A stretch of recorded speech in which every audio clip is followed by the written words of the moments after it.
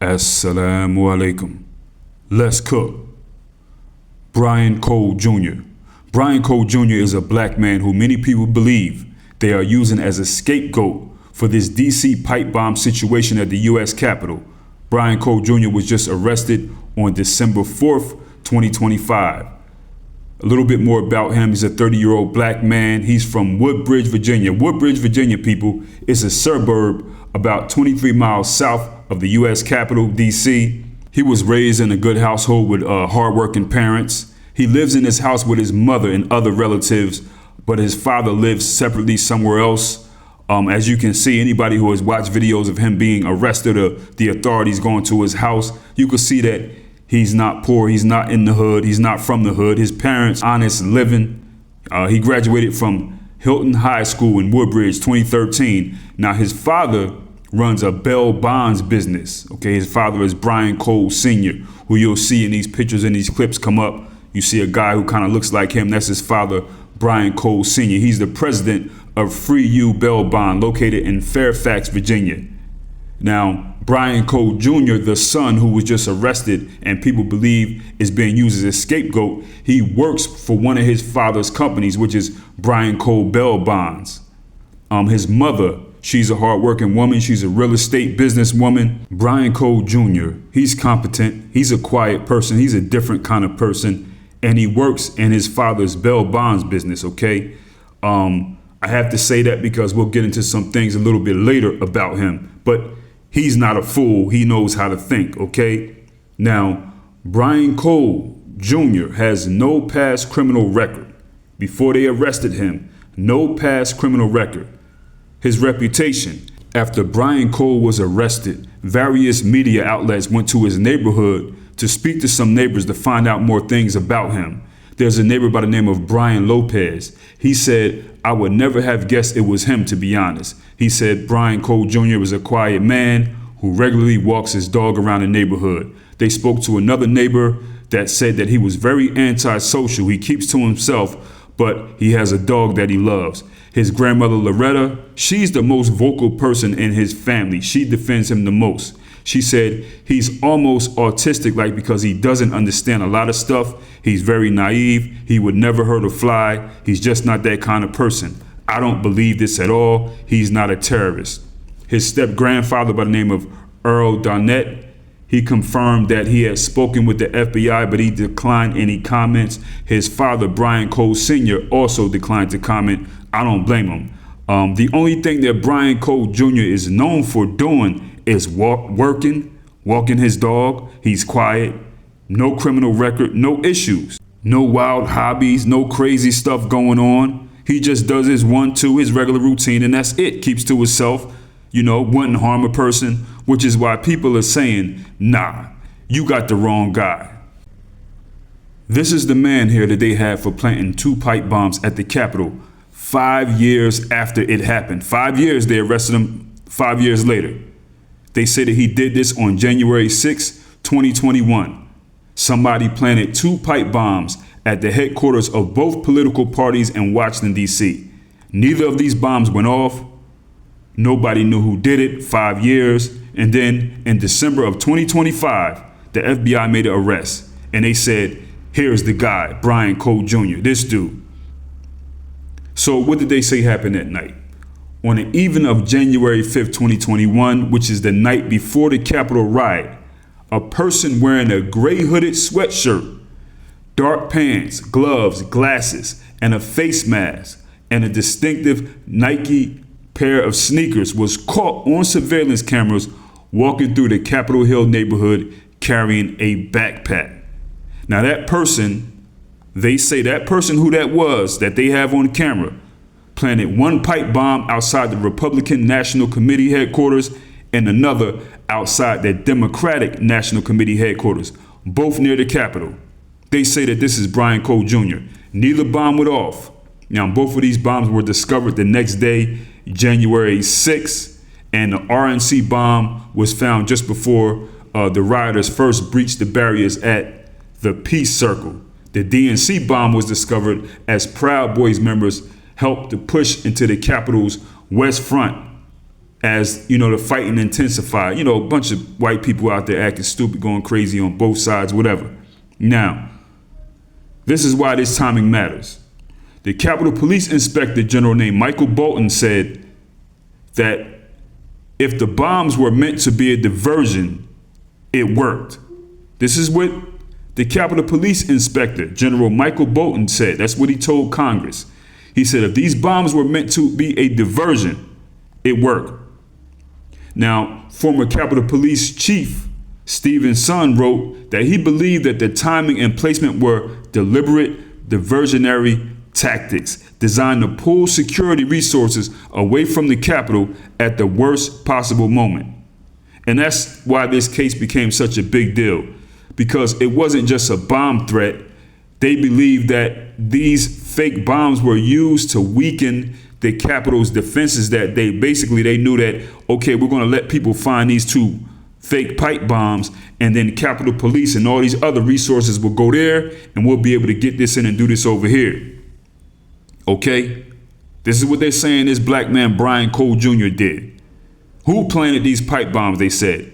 Now, this situation became one of the most searched for, least resolved mysteries connected to that whole January 6th situation. The FBI conducted over 800 interviews, collected more than 23,000 video files, assessed over 300 tips, and even offered a $500,000 reward. Nothing broke after this. 5 years of silence, nothing but speculation and theories. People were saying that these bombs were a false flag planted by the government itself to justify cracking down on Trump supporters, all that other stuff, all these other theories. So finally, after all this time, in December 2025, the FBI said, we got our guy, Brian Cole Jr., 30-year-old black man from Woodbridge, Virginia. He was the first person ever publicly identified as a suspect in this case. He's the first person they showed as a suspect. What are they hanging on to? What are these people hanging on to? Why did they arrest him? They say that their license plate readers captured his car near the Capitol around 7:10 p.m. on January 5th, 2021. They said also that purchase records allegedly trace pipe bomb components, galvanized pipe end caps, battery connectors, kitchen timers, electrical wires, steel wool to a Home Depot, Walmart, and Lowe's, where he purchased these items in 2019 and 2020. Cell phone records reportedly show his phone connecting to towers near the RNC and the DNC between 7:39 and 8:24 p.m. on January 5th, matching the movement path investigators tracked on that video. Also, according to them, Brian Cole Jr. gave detailed confessions, telling investigators he'd become bewildered by claims the 2020 election was stolen, and he felt that he needed to speak up for people who believed it. This is what they say they have on Brian Cole Jr. Now, keep in mind, people, remember all this stuff I just said right here. License plate readers, records that he bought these things, cell phone, camera, video. They had this stuff from the beginning, okay? Keep that in mind. They had everything they needed 5 years prior that they had when they arrested Brian Cole Jr., except this so-called confession that he made. Now, why they take so long? Well, somebody by the name of Attorney General Pam Bondi, she said that the case had languished on for 4 years and that this case became a priority again under the new or current administration, calling the eventual break the result of diligent police work and a fresh review of evidence that had been collecting dust. FBI Director Kash Patel said, "We solved it." Okay, now, again, people, remember, nothing else new came up at all. Everything that they had when they arrested Brian Cole Jr., they had it before, 5 years ago, except this confession that they say he so-called made. Now, Brian Cole faces multiple federal charges, including interstate transportation of explosive, attempted malicious use of explosives, attempting to carry a weapon of mass destruction, and a DC terrorism charge. They trying to hit him over the head with life, people. He pled guilty to all counts. Now, Brian Cole Jr. does have a legal team. They're fighting for him, And there are other people who believe in him, and they believe and know this is a bunch of BS. This man right here, this is when it gets kind of deep. This man right here by the name of Steve Baker, he was working with a conservative outlet called The Blaze. Now this guy, Steve Baker, he has his own opinion about this based off of all the information that he has. Check him out. Brian Cold Jr. Who is he? He is a autistic black man who allegedly confessed to the crime 5 days after I named Ms. Kirchhoff, a Capitol Police officer, as the potential bomber based on forensic science, gait recognition technology. Suddenly, 5 days after, outside of Brian Cold Jr.'s house is a FBI surveillance team. He was then arrested a month later. Why did he confess, though? The demographic known for giving the highest rate of false confessions to law enforcement are autistic individuals. They had him in an interrogation for 2 hours with no attorney present. Nobody in the White House has ever commented on it, and our sources in the White House says nobody in the White House buys his arrest. Well, I can confirm that, which is why I'm talking to you. Yeah, of course. Come on now. Brian Cold Jr. Who is he? When you're informed that there's a bomb sitting 10 feet from you, you don't sit in the SUV and finish your sandwich for 2.5 minutes. No.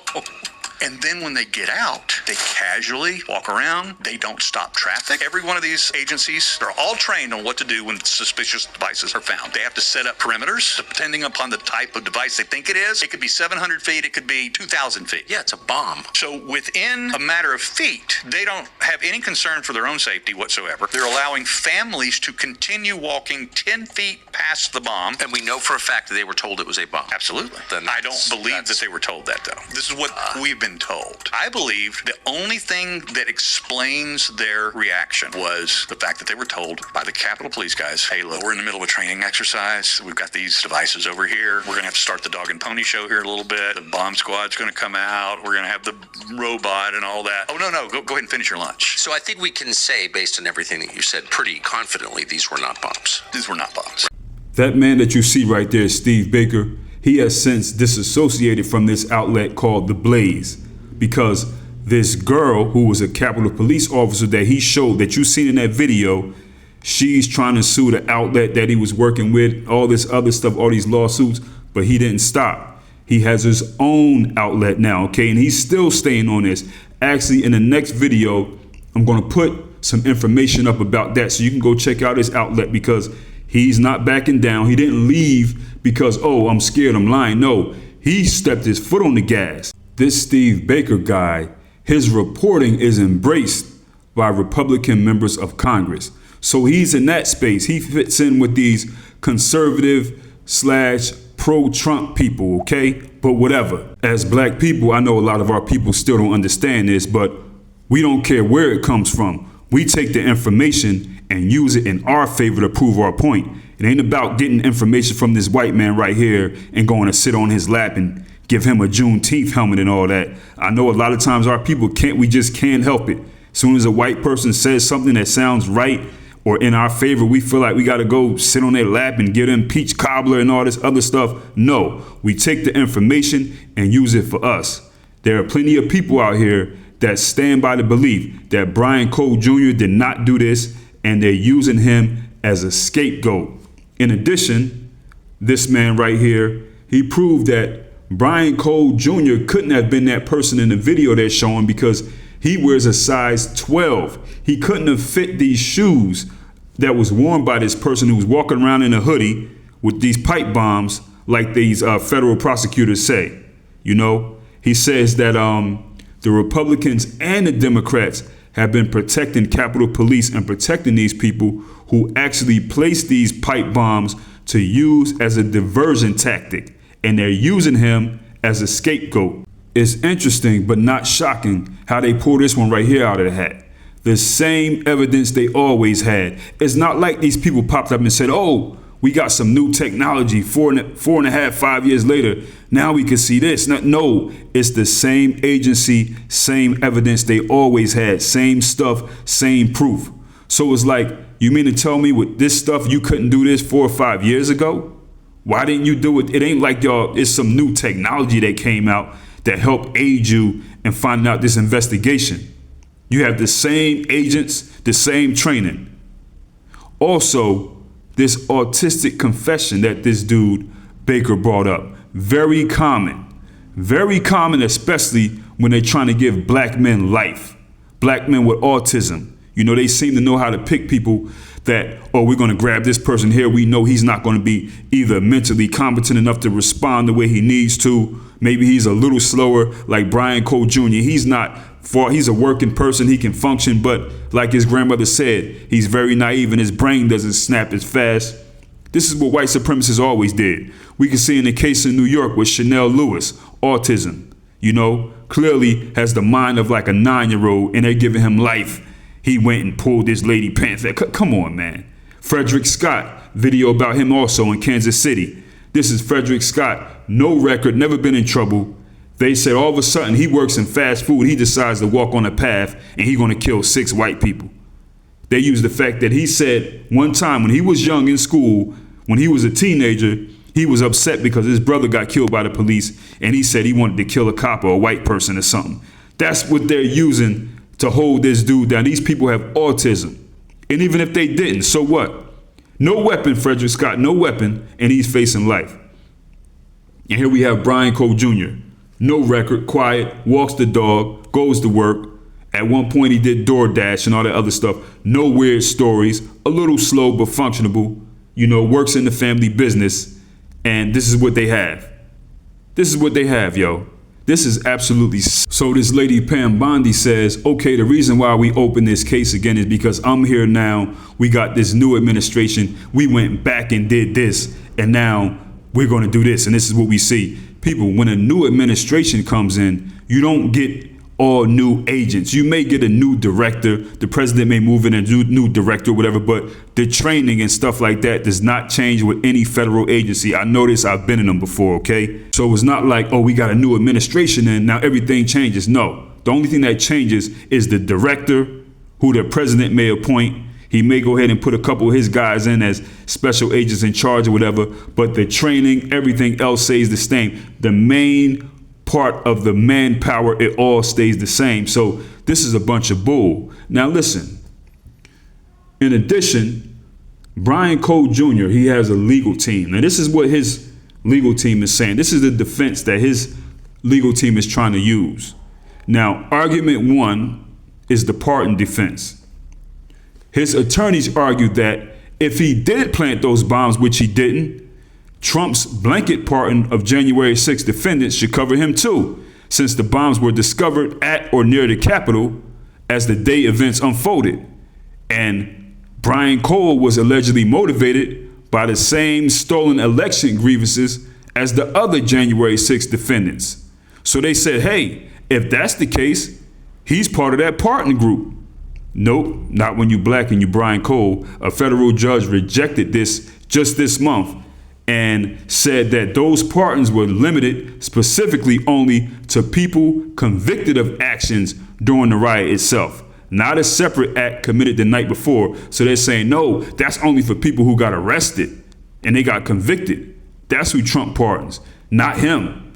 5 years later, no, he's not part of that. Moving the goalpost back again as usual. But again, that's just a route that his defense team was taking. They're saying, okay, well, we know he didn't do this, but if he did, he should be pardoned then, right?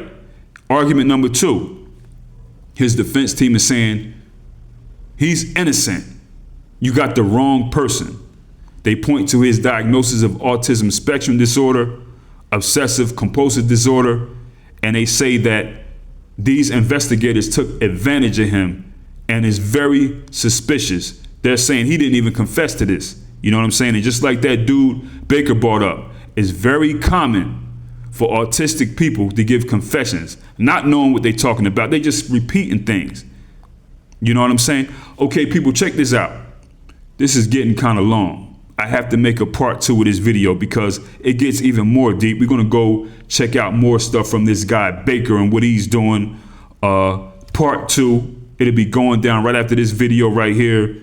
Get in the comment section of this one. Go into the description, link in the description for the email list.